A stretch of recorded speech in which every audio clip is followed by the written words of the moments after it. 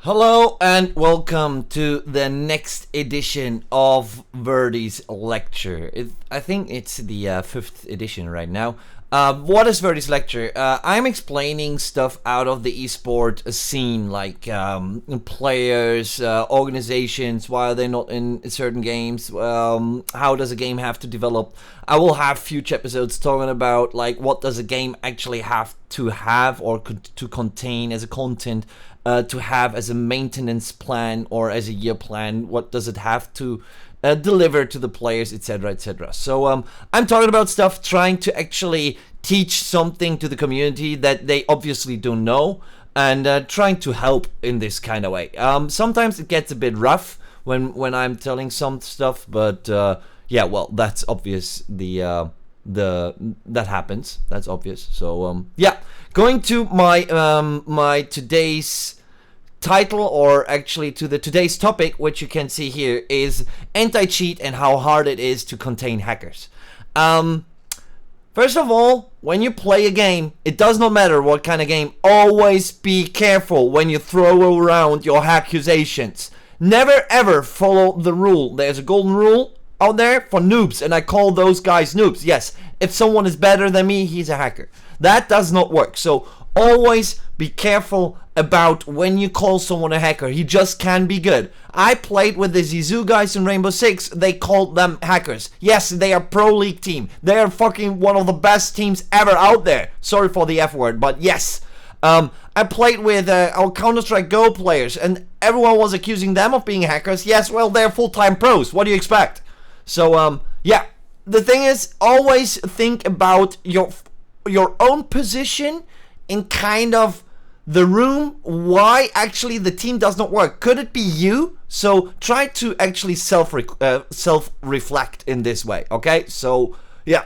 Going to Rainbow Six, when they actually introduced Battle Eye is doing really good. I couldn't believe my eyes when actually Battle Eye hit the servers, and like the you could call it eye porn. It was amazing. It was AC porn. That was just the anti-cheat just going nuts. It just, well, blew everything away. Going to Fairfight, many games use Fairfight. Fairfight is a very, very good anti-cheat tool, but it's more a statistic-based tool. It goes to not that complex kind of hardware scanning if there's something, whatever. So it's actually detecting if the game is being influenced in a very brute force way, like you have a memory inject, or if you have a texture inject, or if you're using a trainer. So like there was already a player that actually used a trainer to practice and to say something that, oh, I practiced with it. I didn't do that online. Yes, okay, well, proofs have been delivered otherwise. The thing is that there's a lot of there's a lot of things to actually mention about Fairfight. It just does partially work because statistics only work if you have a huge load of numbers. If you don't have that much players, your player base is pretty small. It can't go into comparison with other players without the behavior based on the other players and the matches, etc. So it's really hard for it to keep track. But yeah, Battle Eye did just better. Why are there possible hacks? The thing is, everything which is programmed on the PC, which is software code, is handwritten, and you can bypass everything. There's nothing which is 100% proof. Maybe if you go full hardware, then you can go maybe proof, but still you have to be careful about someone maybe tampering with the software, because if you look, for example, onto cars, you can do chip tuning. Motorcycles have even the harder chip tune, but still you can get the control panel out. You can drill some holes, and yeah, just remove the EEPROM and put a new one in, and you have your bike hacked and have more power in it. So everything can be sort of hacked or done. So if a game like Rainbow Six Siege, which has a lot of features with a lot of modules, we have the distraction model, we have the different abilities of the players. We have vision here, we have this and that, this and that. If there is a patch coming, there is a possible new attack strategy for any kind of hacker. So yeah, always have to be careful about requesting features. Could that work? For example, we have the Steam Workshop, which is a hack delivery tool, because we know that there was certain hacks in many pro teams, like Hewley has been busted. Those hacks were delivered through the Steam Workshop, so they were like if you have the App Store in for Apple. If you're programming an app, you can have certain mobiles that this app is going to be assigned to as a testing service. So let's say player A pays the hack coder a lot of money, let's say 2,000 euros per month. So the hack coder assigns that to his Steam account, and he just gets a map, for example, to his account, because the map actually contains the code, or just a texture, or not even a texture, maybe a picture or whatever. There is a lot of things that can actually contain hacks. It can be an MP3 tool or whatever, an MP3 file. There's a lot of things that can. Yeah, my cable cord here from the headset is, yeah, it just jumped away. So there's a lot of things where hacks can be delivered through, so you have to be always careful. So like if you go, okay, you place and implement a workshop where people can actually implement items, etc. You have to be careful that actually this could be a huge breach for hackers to actually implement and inject hacks into the game code itself, which is really hard to detect, because obviously, yeah, well, it took them a long time to detect that in Counter-Strike.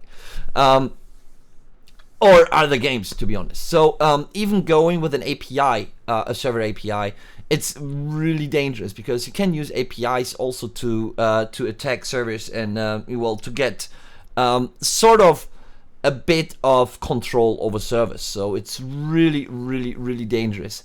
And to explain how hacks actually are being implemented right now, there's always new ideas from the hacking community, those guys who are actually programming. I mean, we start out with back in the days it was called OBS, like the Open Broadcaster software, but it was in Counter-Strike 6.5, 1.5, 1.2, whatever. It was like a multi-hacking tool. You could watch the roles, you had an aimbot, you had everything in it. You could just have everything. You had a wall hack with an aimbot, with everything.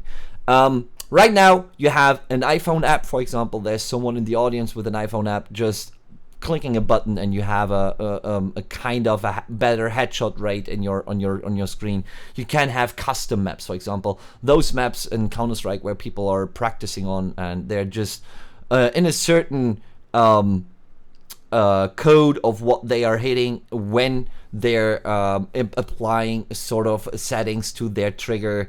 There can be hardware dongles, for example, and keyboards for every game that people have to, for example, on a major tournament in Counter-Strike or in any other game, they have to actually give away the keyboard. That keyboard is being scanned the same as the mouse and the headset. So it's being scanned for possible hardware dongles, that there's no USB stick or a memory actually.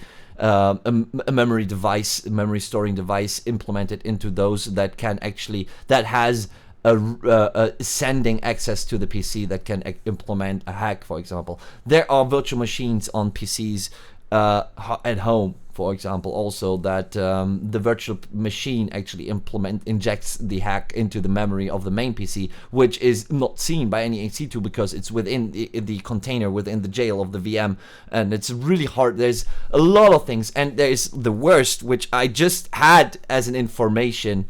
It is network cloning. So, for example, you have two PCs, one PC you're playing with, and one other PC, which is actually just receiving and sending the same data as the PC, but it has the hack on it, and the player actually playing does not see anything, but the second PC does, because you clone the packages. And I mean, you have to imagine you cloning network packages and whatever you're doing just to be shit. Sorry, but hackers are nothing more than just blah.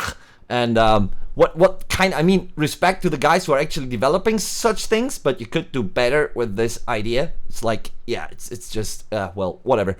Yeah, well, I could go deeper into that, but yeah. So it's really hard to contain this, because you would have to remove all phones, mobile phones. You have to tell people to turn off mobile phones within a venue, that people can't have the mobile phone there. You have to block everything. There should not be any access with any other things, so it's really hard. You have to always play in offline mode, that the PCs have like a basic config that the players cannot set up their config, because maybe in the config you can set up some sort of hack, because it's possible. There's really a lot of things. They're getting harder to detect, obviously. I mean, right now, most hacks are trigger bots in a kind of way. So that, for example, you aim at a person, or you aim at an angle, and the person of the opponent is here, which only the spectator sees, but the player doesn't. And he just has a trigger, because the trigger, when he presses the trigger, it drags to the right. For example, for you, to the left. So it drags to the right, or left, whatever. And it just drags close there, so the player who's actually aiming at that angle knows, okay, there's someone to the right, there's someone right, and there's no other way he can come around, because he has to come there, so he's sitting right. So, for example, Counter-Strike, when you're on DAS 2, when you're on B, you're aiming into the catacombs, and there's one to the right boxes, and he can't go anywhere more than right, but so you're aiming, and you're just triggering him. Okay, so you're not shooting, you're just dragging, your crosshair is just dragging, you release it as fast as possible, because you just want the drag, you just want the info, you don't want to have the headshot, you don't want to have anything, you just want to have the info, so you can call a guy. So it's really hard to have this detected. It's not the blunt hacks that a wall hack or an aimbot headshot hack or whatever. It's more those triggers that you see people through smokes, that you just know information, you get info. So it's really hard. Also, about accusations, it's really hard to detect them, especially like if they're triggers or whatever. But also in Rainbow Six, for example, it's really hard to call out a player a hacker. Everyone should know that the kill cam is off. Everyone knows it, and it's being repaired, but it takes a lot of time, because every player has a different setting. So, for example, if a player with a FOV of 50, which is impossible, but still, with a FOV of 50 kills a player, and I play with a FOV of 120, which is also impossible, but it looks for me really weird, because I'm on a FOV of 120. My FOV in-game is not changing to the 50 of the player who actually killed me, because he saw something different. So it looks completely off. So people should learn not to be, I have the kill cam, I prove you're a hacker. No, it does not work. It does just not work. So never ever go through that. Also, that in a kill cam, you sometimes don't have recall, and it's known, and yeah, whatever. Because it's just to show, okay, you got killed from that certain angle, and that's it. And yeah, well, there's so many things that are, well, that you should really take into consideration before calling someone a hacker. But for a better system in a kind of way, it should be a replay system. I talked about that already, but a replay system could help to have some sort of Overwatch kind of style, that the player, that there's a certain pool of players that are invited that can review players, and with a sort of replay editor. They can go slow-mo, they can go fast and check everything, and then vote up if he's a hacker or vote down if he's not. For example, you have 5,000 players watching a replay, and 4,000 calling him a hacker and 1,000 are not, so you probably you have a hacker, because it's obvious. So this could be implemented, but again, this takes time. Yet always be careful if you call someone a hacker, because I actually did not happen to find hackers in game right now. No one has ever been so blunt. The thing is, the software is always, or is mostly not even detectable by a different software. If you go into a VM, it's really hard to find. You can just have your anti-cheat not allow VMs, but there's people who have to work in private also with a VM, server administrators, whatever. So they have to have virtual machines running, and if your anti-cheat is not allowing those, it's really bad. It's same like there have been anti-cheat tools for MMOs, anti-bot tools or cheat tools for MMOs that did not allow Logitech keyboards. So if you had a Logitech keyboard, you could not play. And that was a real problem until they actually fixed that issue. So it's the same with VMs. So you can't actually prohibit them or stop them from using VMs, because they have to use them in order to earn money. So it's really hard to do so. It could really cause a pain. The thing is, Also, for certain leagues, if you call someone a hacker, you have to be court proof. So you really have to find 100% manifested proof that he's a hacker. The best is that he says, I did it. At this point of time, I used this in this hack. Because the thing is, if you call someone out a hacker and he's being stopped from playing in a league or whatever, he can call his lawyer and say, hey, they are not allowing me and they don't have proof.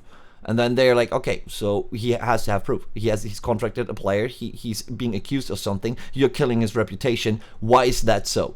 Because if you kill someone's reputation by just calling him a hacker, you can be really also in trouble. If there's, for example, I'm playing and there's a guy calling me hacker and he's posting it in many forums and he's calling me out, and I could actually go to my lawyer and call him that, hey, that guy is bad-mouthing me, and he can actually be sued because this could be really bad for my own reputation.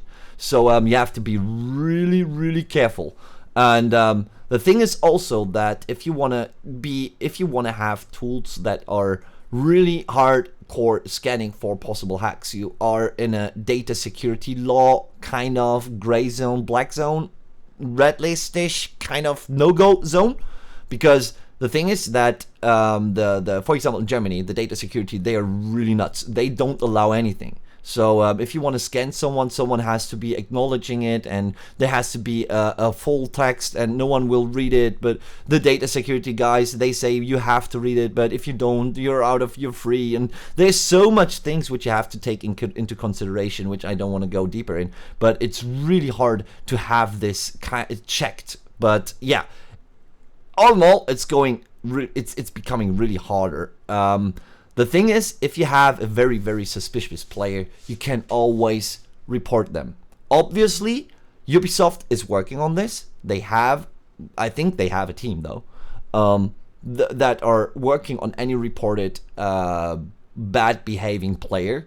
The thing is, why they are not transparent with it, like we have this guy under observation, whatever, it's obvious. First of all, they don't want to leak any technology they are using in order to fight against hackers, because if they actually would leak the technology, it makes the hacking programmers more easy to find the hackers. So yeah, well, don't brag about that. So if anyone goes there and say, why are you not transparent, why are you not doing anything, they are, but they are not going to public with it, because it would be really bad, because it would just show the hackers how to counter this. And when they're kind of when they're under observation and they are being called that they are under observation, the players who are actually being observed stop hacking because they know they're under observation. Yeah, that's pure logic, and it probably doesn't take a lot of intelligence to know that. So people, please stay calm about that. So, well, yeah, that was what I was saying. So, but Ubisoft puts a lot of effort. We saw this with BattleEye, and they're doing great with it. I just love it. So, all in all, there is a thing which I want to say is always be careful when you call someone when you call someone a hacker only because he's pretty good in the game. Maybe he's just good. And I think 99% of the time, they are just better than you. And if they are, try to learn from this mistake and get better. Get the fuck better. Because it's just your fault that you died and not him being a hacker. So don't white knight him and be anything or whatever. It's just bad. Yeah. But also, it could only be me, but I never had hackers in the game right now. Well, after the BattleEye implementation, it's just really good. There's only one minor good thing about the hackers in game, but this is really taken from far away. There is hackers programming, and they're selling good hacks because they see a potential in the game that it's going big, and they could earn more money. So it's kind of good because they see also potential, but they also destroy it. So it's not good, but it's kind of where you say, okay, there have been other games, for example, there has been Shootmania that did not have a lot of hacks. Only when there was IPL and Crew, a player has been busted with a hack, but there was not much, and that was actually good because the game had a pretty small player base, and it's really good in this kind of way. So I liked it, but yeah. So the thing is that with games with a low population will probably not get hacks, or actually will just have blunt hacks and they won't just work because they're probably being busted fast. So it's kind of okay-ish, and the game has a huge player base. And just as an appeal, please guys, don't go anywhere and just call everyone a hacker just because they're better. Please promise that to me. I will do so too, because I don't have hackers. Probably because when I see the Pro League players, I just know, okay, there's just players that are way better than me. So to keep that in mind, there's a lot of players that are better than you, and there's a minority, and those are those guys who want to destroy the game, or just, I don't know what reason they are being driven by. They're hackers, but they will be banned out of the game. Even if they buy a new game, they will probably be banned. So if you have someone, report him. Please do so. Promise that to me. Anything else? Thank you for watching. Leave a sub, leave a like, and a comment if you want to join this discussion. Thank you so much, and bye bye.